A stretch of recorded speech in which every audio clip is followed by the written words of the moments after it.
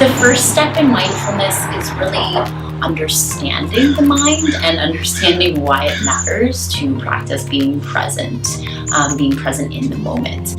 And the first step is really understanding that when we're engaging the thinking mind, we cannot be in the present because our mind only thinks in the past or the future. So as soon as that thinking mind is engaged, we are kind of mentally comparing this present moment, this present situation, to a mentally fabricated, different or better version of this present moment, either in the past, what it used to be like, right? What something used to be like. We're kind of clinging or we're thinking about how we wanted to act in a previous situation. Or in the future, we're thinking, oh my gosh, I wish I could be doing this. We're anticipating, we're longing for something to be different that we've created in our mind. And this comparison is what makes us really unhappy and unfulfilled.